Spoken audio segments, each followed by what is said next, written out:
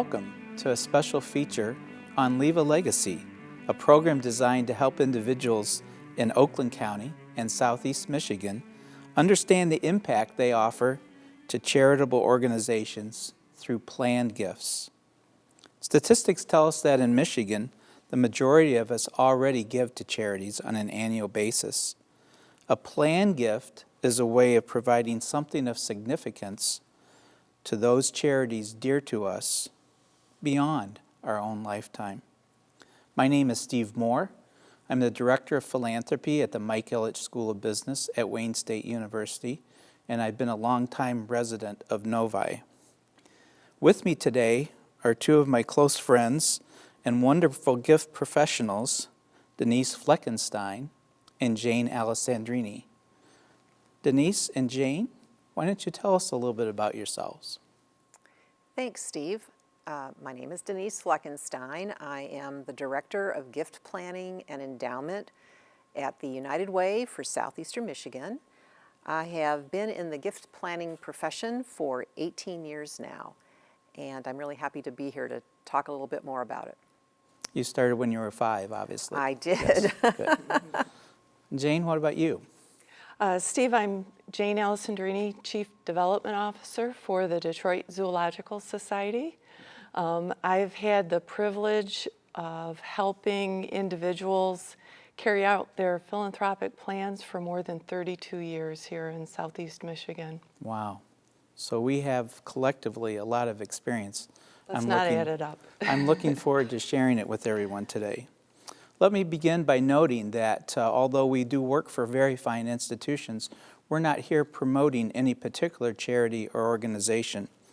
It's our principle at Leave a Legacy that we promote giving back to the communities that we live in and that have made an impact on us during our lifetime rather than promoting any specific charity. So I wanted to make that clear to everybody. But before we talk about planned giving, let's talk a little bit about giving during our lifetimes, also important. So Denise, do charitable donations really make a difference? Well, they make a tremendous difference for the organizations to help them carry out their missions in the community. And that means it could be anything from being able to turn the lights on to hiring the people who deliver the services that are so critical in communities and to carry out those missions. It can be donations that will help put food on the table for children, provide educational opportunities, anything you can think of that charity supports in our community. We do need those charitable contributions. Otherwise, we really could not fulfill our mission. Great. So Jane, given that charitable gifts make such an impact, by what measure do people in Michigan give during their lifetime usually? A survey was done not too long ago by Michigan State University in partnership with an organization that we all belong to, the Planned Giving Roundtable for Southeast Michigan. And that showed some 82% of individuals who live in Michigan contribute to charities during their lifetime. That's wonderful. So either of you, why do you think that number is so high? It's a long-standing tradition in American society for sure. And it's a way for people to give back to their communities, sometimes to institutions that they or a family member have benefited from personally. It may support research into a disease or a condition that some of their loved ones have been affected by. And really it's a way of caring for our neighbors, even if we don't know those neighbors personally. And it's a way of making our community a better place to live in. Strong Michigan values, it sounds like to me. Is that kind of your experience as well? Very much so. Just because our organization really focuses on the human condition in a community, we see people being very generous and wanting to help take care of people. And Jane's right. I mean, this is a long-standing tradition in our in our state, and really Americans. It was Alexis de Tocqueville who came to the United States and observed, even in those early days of the Republic, how Americans were taking care of each other. And that tradition has carried on. It's a great thing. Well, so I hear about techniques and things all the time, and you can't hardly pick up a paper or look at the TV or certainly go on the web without seeing different examples of gifts. What are some examples that you can think of giving vehicles that people might use during their lifetime? Jane, anything that particularly sticks out in your mind? Yeah. We're all familiar with cash contributions, giving by credit card. So many people have chosen to do their giving online, and credit cards make that possible. But beyond that, we do have people who choose, we meaning all the charitable organizations in the community, do see folks who choose to give gifts of stock directly from their portfolio, and that can benefit them financially. Oftentimes allows people to make a bigger gift than they might be able to just with a current gift of cash or credit card. A law that was passed about a decade ago and has been continued and sustained is the opportunity for folks who are over 70 years of age to make gifts directly from their individual retirement accounts also. And that also has some benefit for their personal tax situation. And not that people are looking for that specifically, but the really nice thing is that it enables them to make a larger gift than they might be able to do if not for some of the tax advantages of that kind of gift. There's also a technique called a charitable gift annuity, which operates like a long-term account where during their lifetime they'll receive a steady income payment that helps them plan their finances and benefit them personally, and then also for their favorite charity or charities to receive a gift after their lifetime. Great. I think we see those folks who are in the art world, they receive gifts of art from individuals. Mm-hmm. That's another way somebody can make a gift. Sure. If they're interested in that art community. That's great. Yeah, gifts of goods always important. Jane, you mentioned a minute ago a surprising statistic. 82% of Michigan residents give annually to some charity or organization they love. But what about after their lifetime? What's the percentage of Michigan residents that give as a planned gift, part of their estate? Yeah, that's where there's a huge difference between what people do during their lifetime and what they plan for after. Nationally, only about 3% of individuals plan a gift for their favorite charity. Michigan is doing better than that, but there's still a stark contrast to lifetime giving. And in Michigan, about 9% of individuals who have a will include a charity in that plan. So 82% give on an annual basis, but only 9% have included one of their favorite charities, organizations in their estate plan. Sounds like we have some work to do. Well, we do, and one of the reasons we're here today is to talk about that and get the word out that everyone can do something for their favorite charities after they're gone, and there are a lot of ways to do that. And one of the easiest ways is to leave something in your will. But here's an interesting statistic about that. Only 50% of Americans have a will.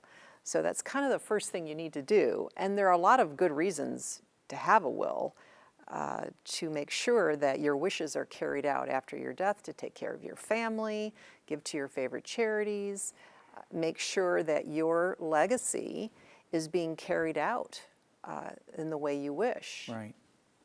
And that's just one of the simple ways to do it. a lot of people just aren't asked if they would like to do this. And we hear that a lot. Well, you never asked me, but I'm glad you did. Yeah. Yeah. It's amazing, the misinformation about that. But obviously, as you guys know, that there is a will. It's just one the state did for you if you haven't taken the time to fill something out. And most of the time, that doesn't go the same way that people would really want to have their estate distributed. And there's no provision for charity. So that's a good point. Jane, what do you think?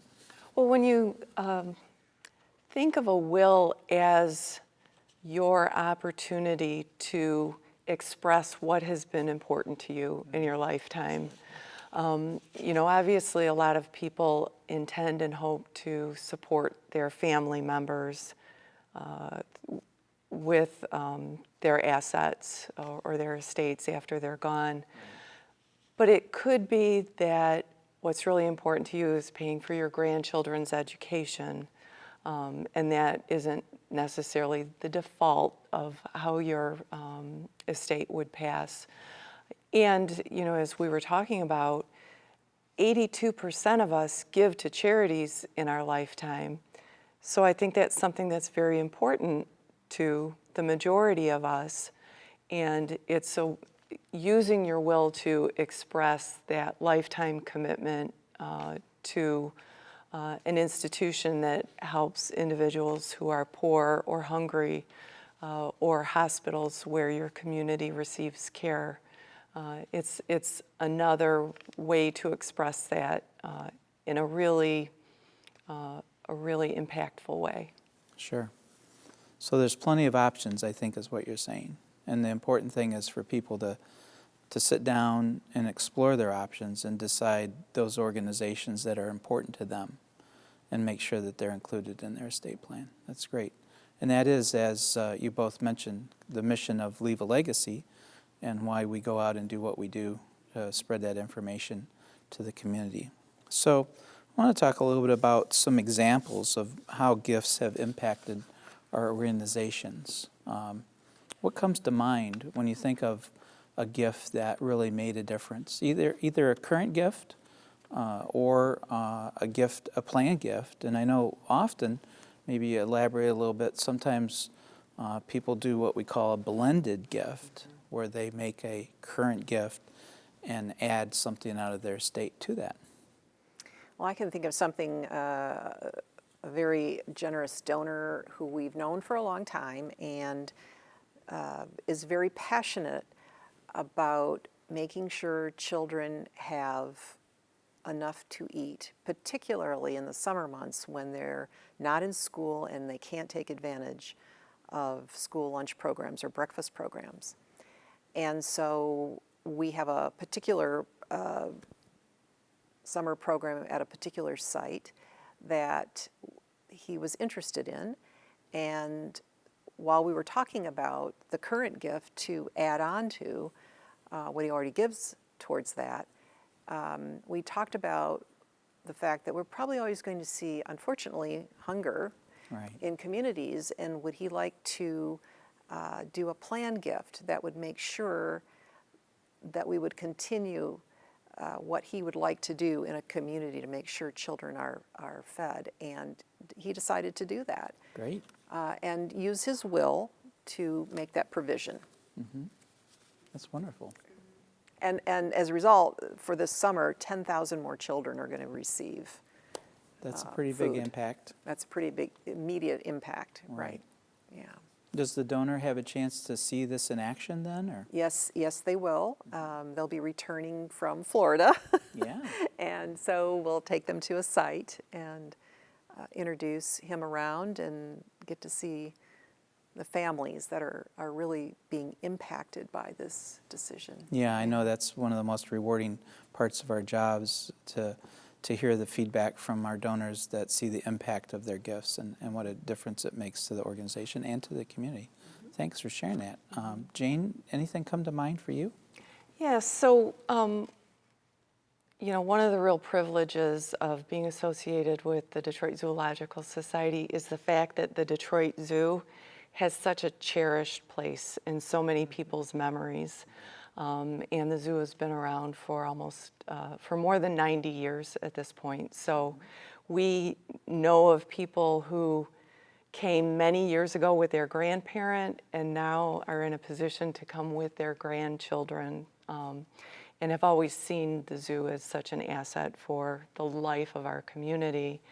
One of the ways that people think of the zoo is as a physical place where they spend time, and it has evolved and grown and changed over the years.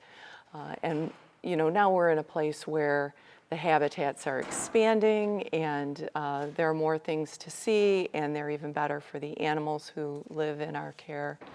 And philanthropy has made a huge difference in the physical location of the zoo and in updating things and having great places for people to visit. And there was a planned gift that came to fruition during the time that we were building the Polk Penguin Conservation Center, and the way that that donor included the Zoological Society in their will was an intention that their gift would help whatever major project we were working on at the time.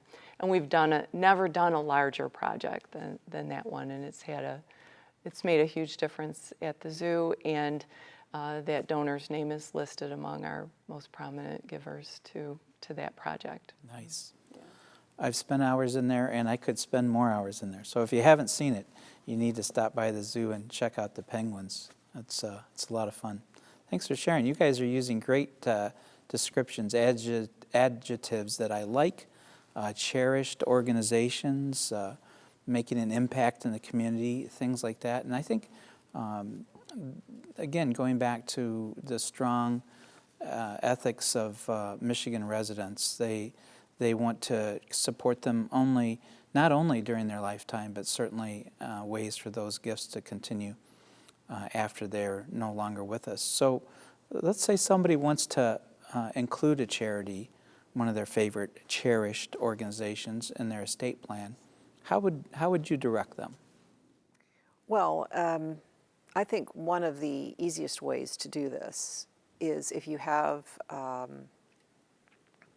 a 401k plan or an IRA plan, you can designate on the beneficiary form a specific amount or a percentage of the asset to your favorite charity or charities. And that's it. And I experienced this when I was at another organization, that a teacher had included the organization in her IRA as a beneficiary, and it came without having to go through the probate process or anything. And so her wishes were carried out practically almost immediately, which was very simple. But also, I think it's if you want to learn about how to do it the best way for you and your family, then it would behoove you to hire an attorney and talk with them about how to do this in the best way possible. Sure. So just any attorney, would you give them any direction as to what type of an attorney they might want to look for, Jane? Well, most attorneys who do family law will be ready to do this, but there are attorneys who do specialize in estate planning. So particularly if you owned a small business, or if you have, sort of a complex personal financial situation, you might seek someone who particularly has experience with estate law. As Denise said, there are some ways to give even without having a conversation with your attorney, such as the beneficiary designation form for your retirement plans that also would apply to your life insurance. A lot of people buy life insurance plans when they have children as a way of making sure their children are taken care of, and they might still have those plans many years later after their children are fine and doing well on their own, and you can decide to make a charity be the beneficiary of a plan like that as well. Great. But in any plan, there are some ways to take care of your family and some ways to take care of charitable institutions that are important to you. And to the extent that you can, it's really good to take a look at those with an attorney or a financial advisor to see what works best as a way to carry out your legacy. Sure. That's good advice. And what about the charities themselves?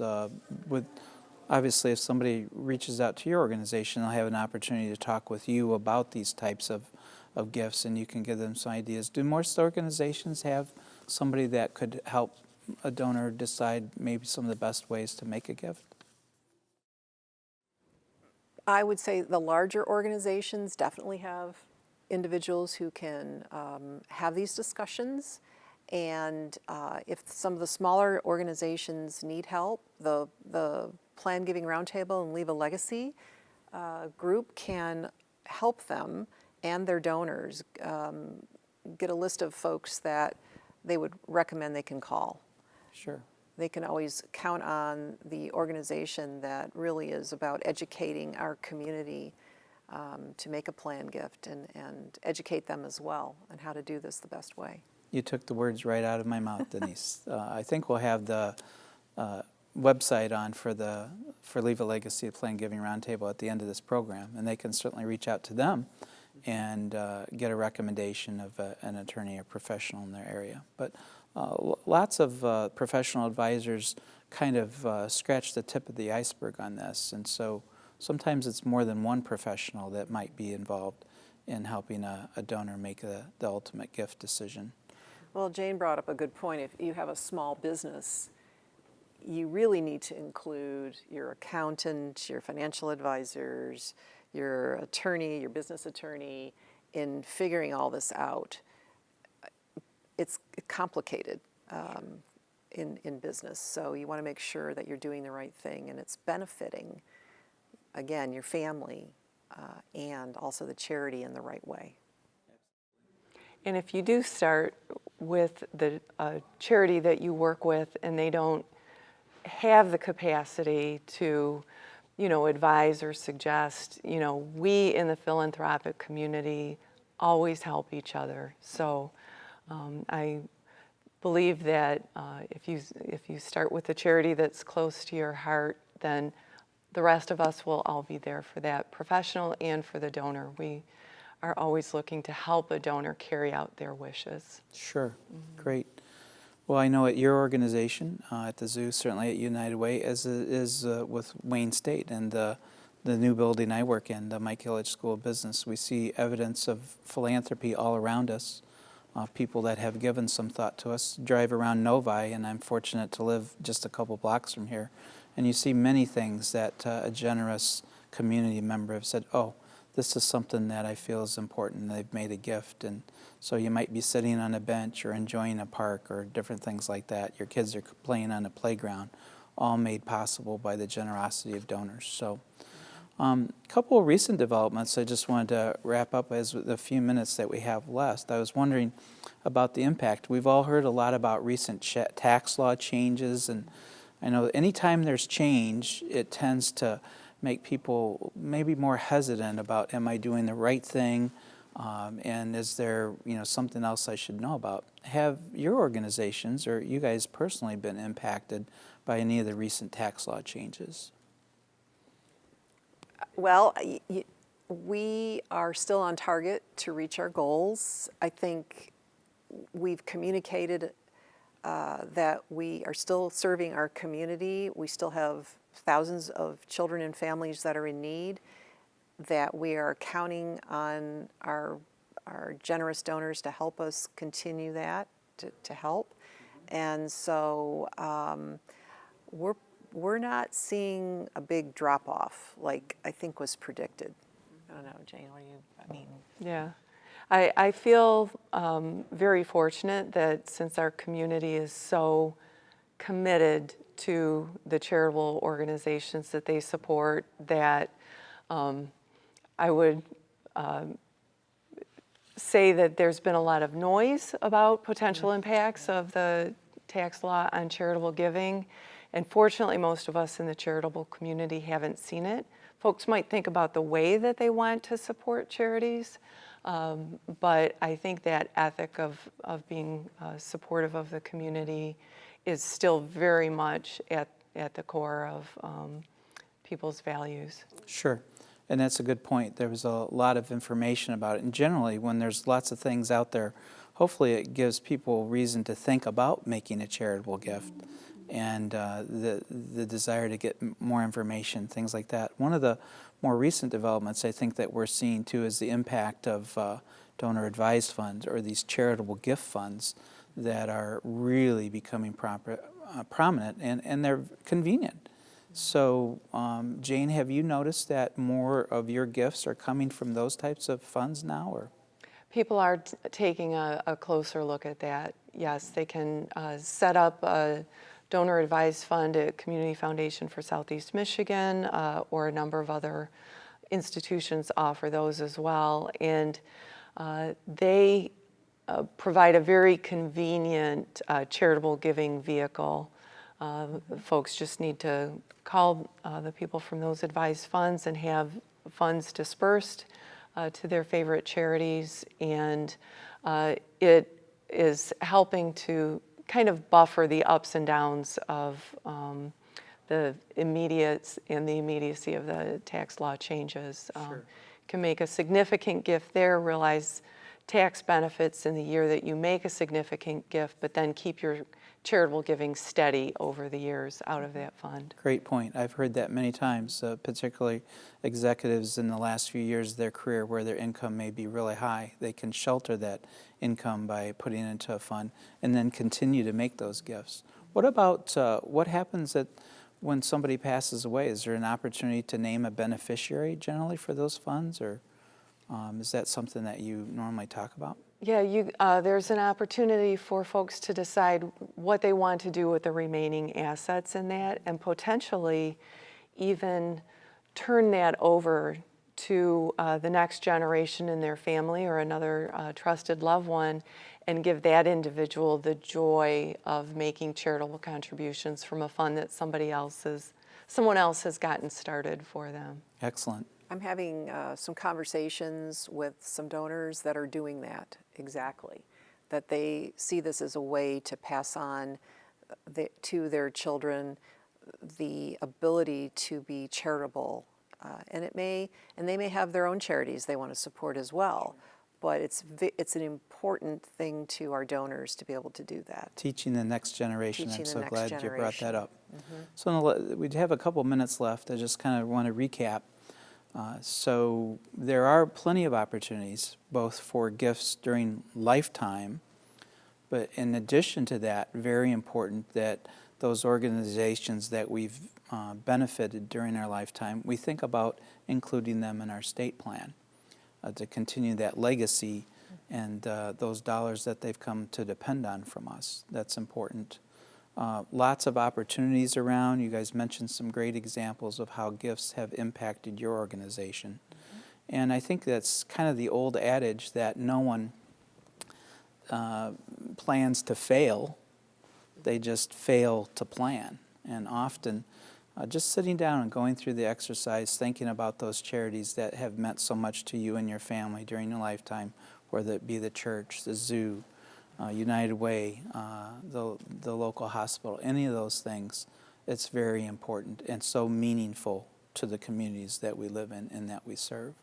So as we wrap up, I just want to remind you that we're here today talking about leaving a legacy, and you can do that through a planned gift, and there are a variety of ways to make that easy to do. And we encourage you to get more information. You can reach out to the Planned Giving Roundtable of Southeast Michigan, or reach out to your favorite charity or your attorney or CPA. They'd be happy to give you more information. So we thank you for your time today and hope that you'll join us in making a difference in the lives that follow.